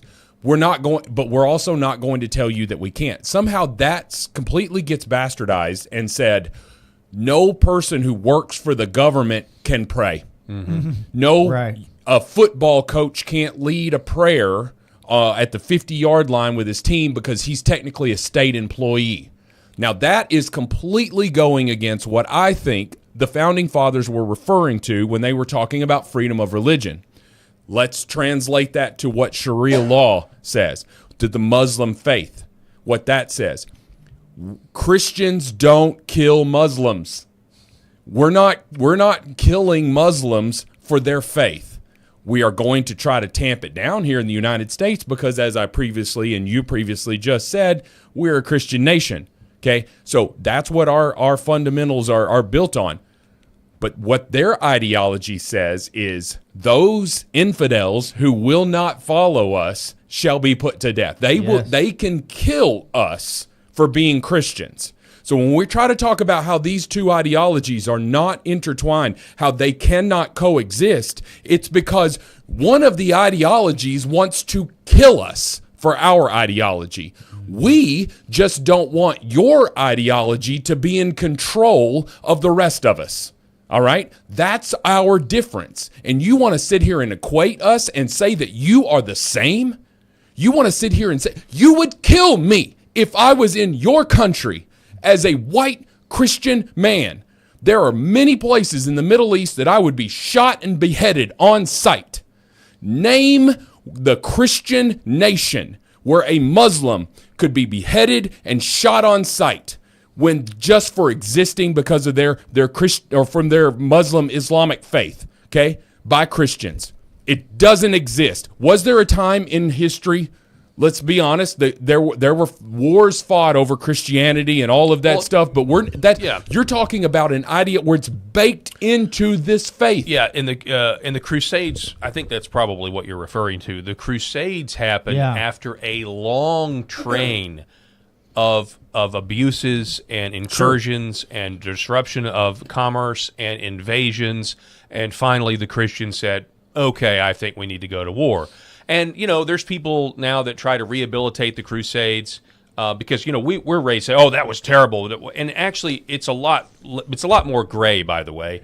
There were bad things that happened during the Crusades. Don't misunderstand me. But if you actually look at all of the Muslim incursions that took place versus the small number of Crusade battles versus the Muslim battles that came previously, the Crusades were actually quite predictable and reasonable if you put yourself in that context that long ago. So to your point that I think that's an excellent point you made about, there's no Christian country right now that does that to Muslims. But I do think the Muslims know that there is a breaking point when it comes to, when it comes to like when will a society say enough is enough and end, let's say, end Muslim immigration or deport Muslims or whatever. And they know that we are a very well-armed country, by the way. They know that. The only way to achieve what they're trying to achieve is through political Islam, is through immigration and through slowly changing the different localities, the different cities' laws and everything else. That's why that black pastor the other day stood up at Dearborn, Michigan and was like, hey, we better denounce this stuff. Sharia law has come to rule over us. Yeah. Eric, do you have anything? No, Rob's point was spot on. Yeah, I know we're going to watch the of church and state doesn't it gets bastardized and really, really falsified, or as far as it's the way it's supposed to be. Just go ahead. Comments. Yeah, I know we've got a few. We're going to try to finish that video as well, but a few of the comments. Eileen Jimenez, thanks, Paul, for explaining history.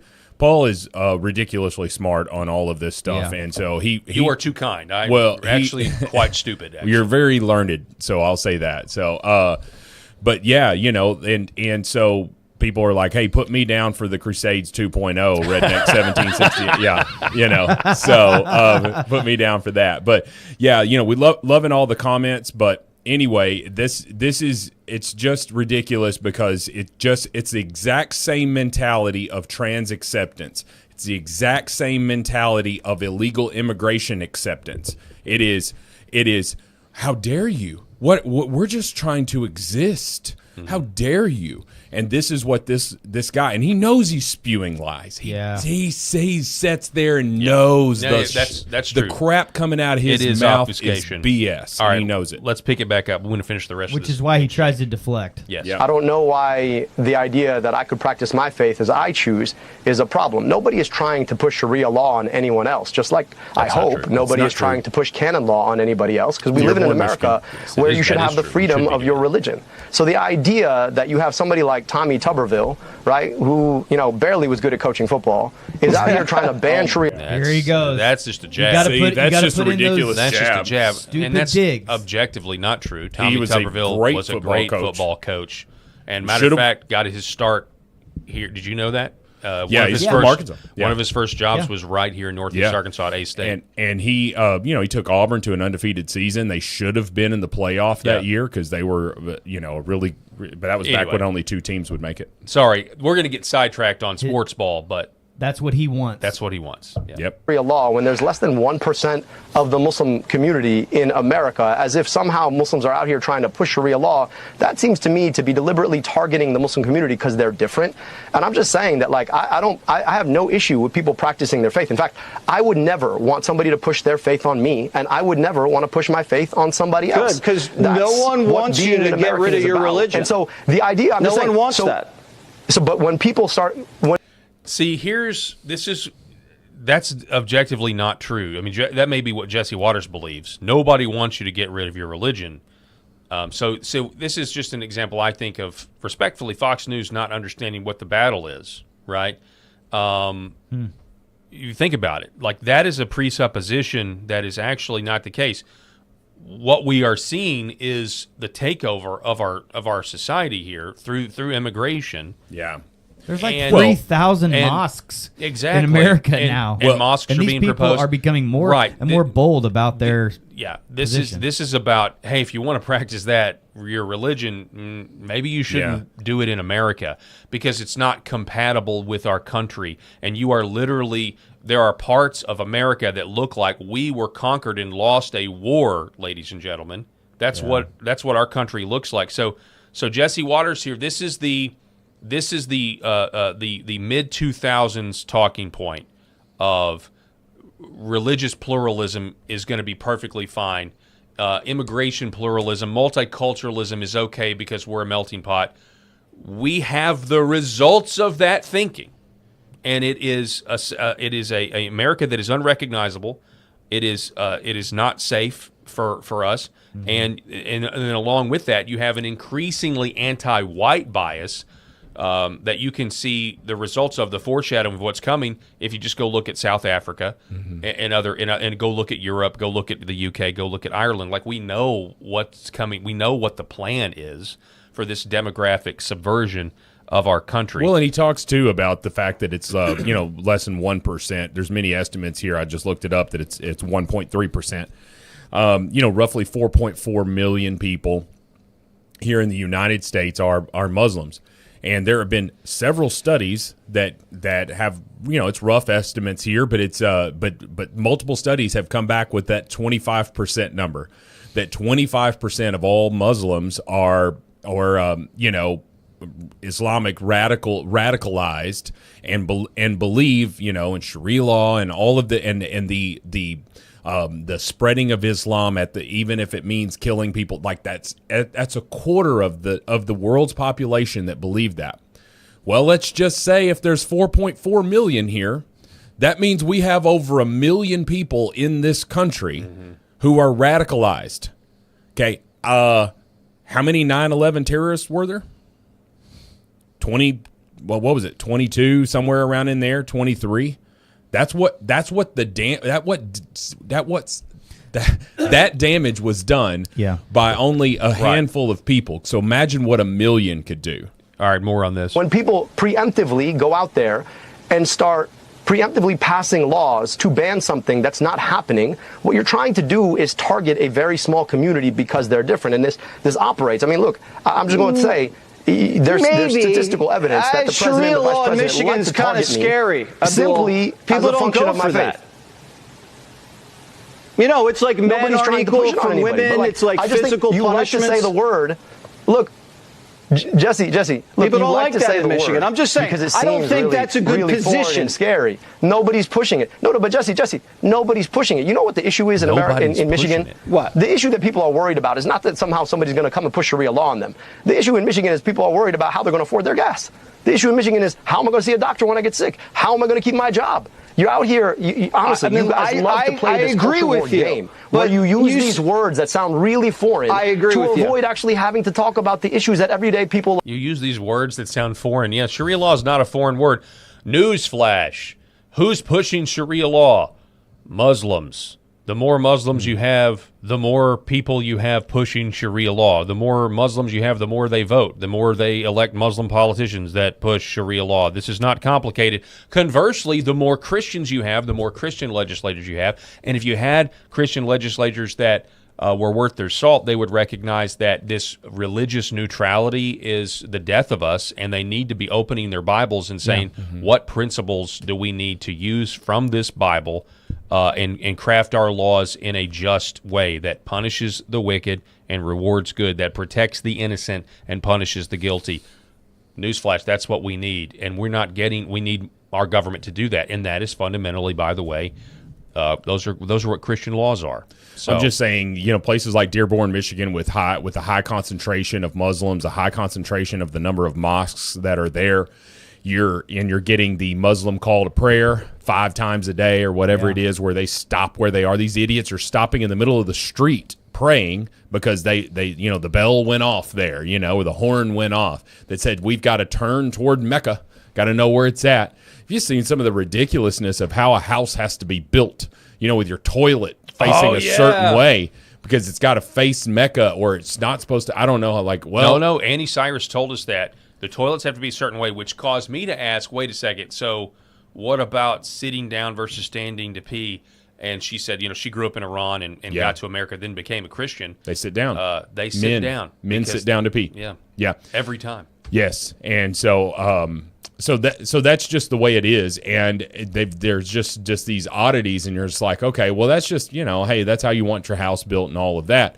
Well, now they're doing entire subdivisions here in the state of Arkansas that are Mecca compliant, and all of that, and you're just like, okay, well, it's like, hey, they're building a subdivision any way they want to do. They can live their life however they want to do it. But similar to the Mexican drug cartels in Freedom County, Texas, getting their whole subdivisions. It's an invasion. It's a snowball. On all fronts. It's a snowball. And they're getting on these city councils, and they're running for mayors, even the mayor of New York City, and they're winning, and now they're trying to get in the U.S. Senate. There's an infiltration happening, and you are naive if you don't think that the ultimate goal is the spreading of their faith. Amen. It is absolutely not because they want little boys and girls to get surgeries, transgender surgeries. That's not what their goal is. They're just using it as their in because the Democrats are weak, feckless, and they have absolutely no protective feelings toward children. They prove that in every one of their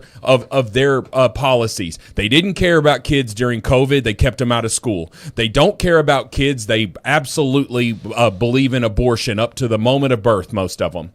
They don't care about kids because they say a 3-year-old can change their gender and they'll just be a life-altering decision, but the same morons won't let their 12-year-old get a tattoo because that is a permanent decision. But they'll say, well, just blocking your puberty is not a permanent decision. The hell it's not. You can't go back in time. Liberals, I saw this video and it was an interview, and they had these little clips, and they were asking conservative moms and liberal moms, and they were asking them, would you kill for your children? Not kill your children. That's another reason these liberal lunatics are losing their mind. Not that I have any idea that Lindsey Clancy was a liberal, but the people that are supporting her sure as hell are. Yeah, they are. Matter of fact, go ahead. And so what we're seeing here is with these liberal women that proving that they have no care for kids, and they interviewed conservative moms and Democrat moms, and what was eye-opening, but it really shouldn't have been a surprise, is that one question. It was a series of questions, but one of them was, would you kill for your children? Every conservative mama bear said, hell yeah. If my child was in danger, you better watch out. I will. If an intruder comes in this house, I'm not going to say, just don't hurt us. No. That mama bear is attacking. Claws out. You do. A mama bear trying to protect her children, That's like a cat backed into a corner, and you don't want any of that if she's a conservative and truly loves her children. Versus these Democrats, almost every one of them said, oh, no, I don't think I could kill anybody. Or they'd be like, I don't know. Every one of those conservative moms. Yep. Hell yeah. You need me to kill somebody right now that's trying to harm my children? I'll do it. Unfortunately, the leftists are harming their own kids, as we talked about with Lindsay Clancy. This is a terrible story from Revolver. Copycat, ? Wife's chilling message to the father of her children as she slits their throats. There's something really scary happening around the Lindsay Clancy case, and it goes way beyond whatever verdict eventually comes out of that Massachusetts courtroom. Clancy admitted to strangling her 3 young children to death with a gigantic exercise rubber band. Her defense claims severe mental illness, including postpartum psychosis. They say it left her unable to understand the wrongfulness of what she was doing, even though she waited until her husband was gone to slaughter her children. Prosecutors say she knew exactly what she was doing. The jury will decide whether she was criminally responsible. That's the case in court. What's happening online has become something even scarier.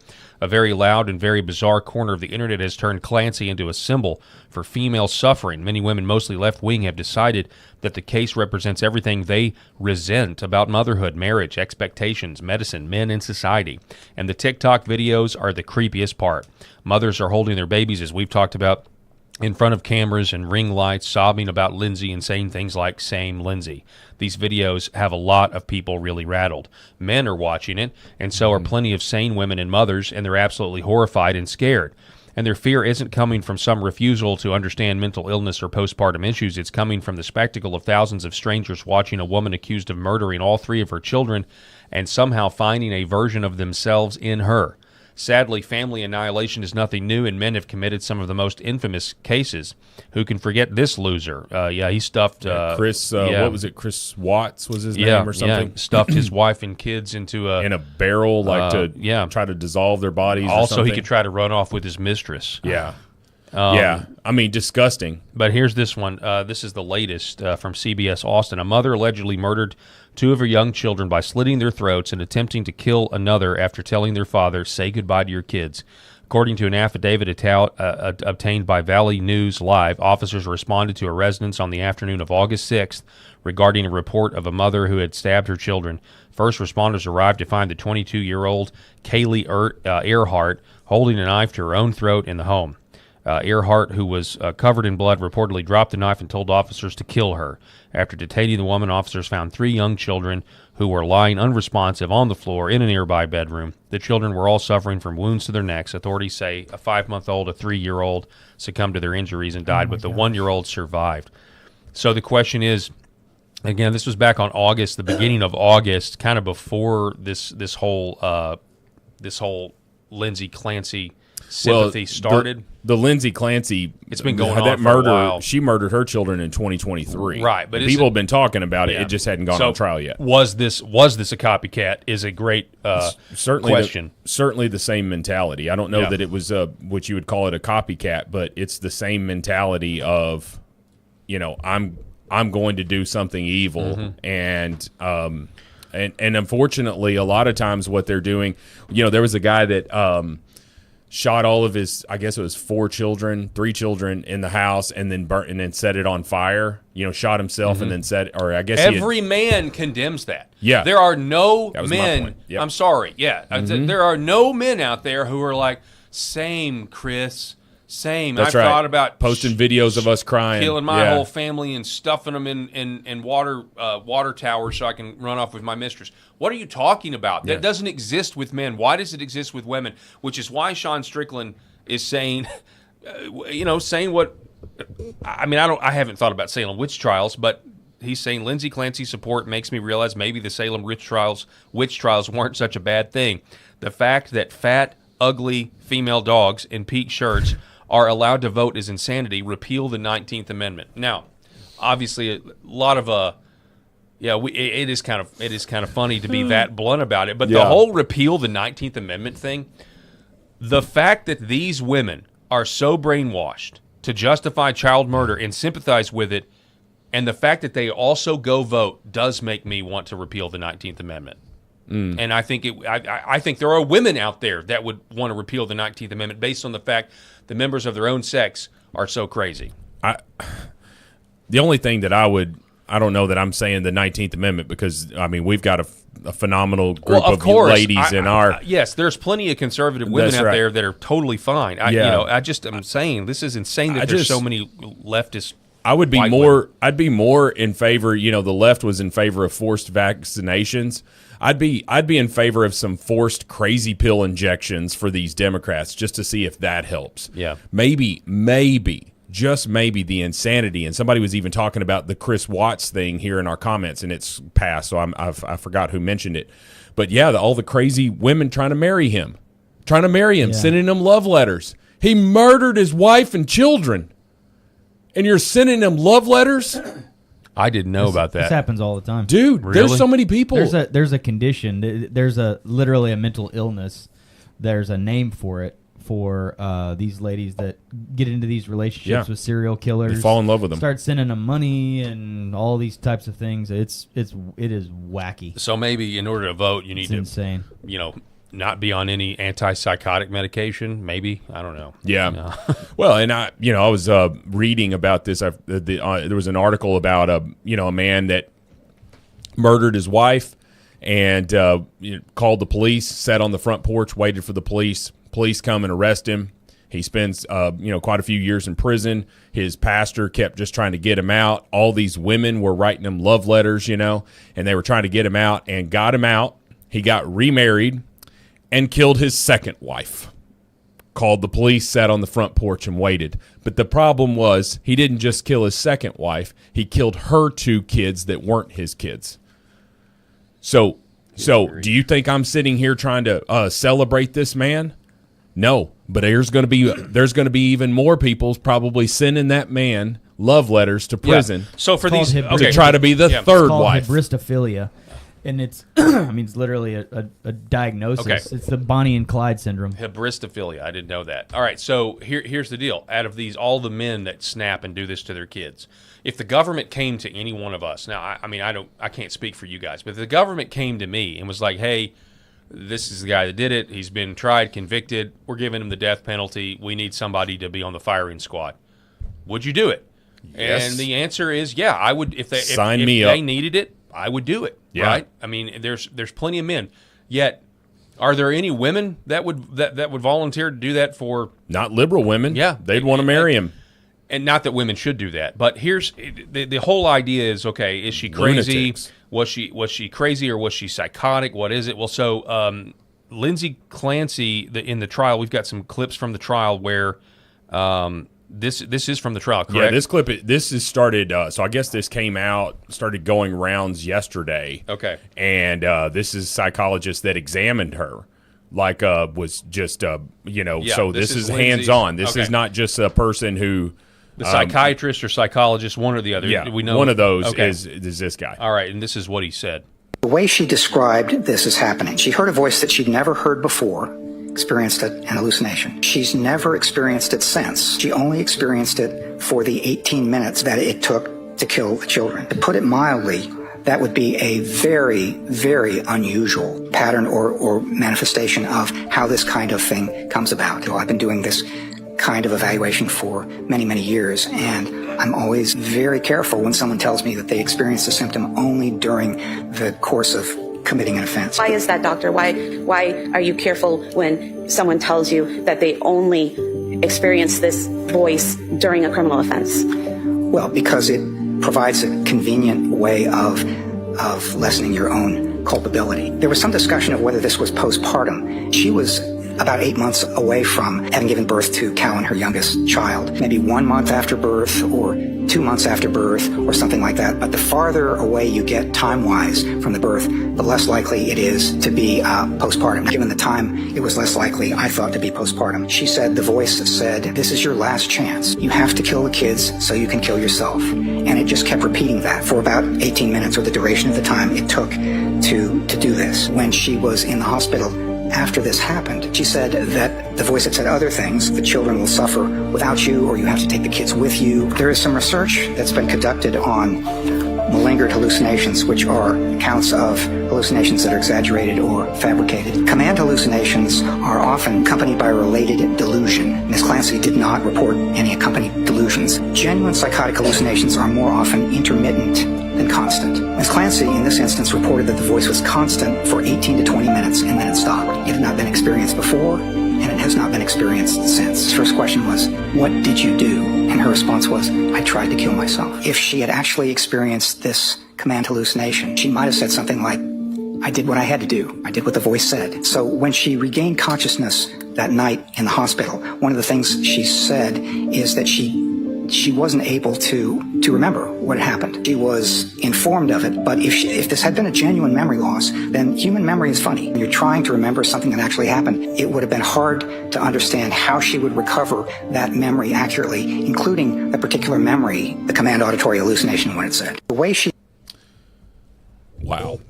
So he said a lot there. But, you know, obviously the big highlights is that she said that she only experienced this voice telling her to kill her children. It's time for you to kill yourself. Here's your chance to kill your children and then kill yourself. That she only experienced that during the 18 minutes where she committed this horrific crime.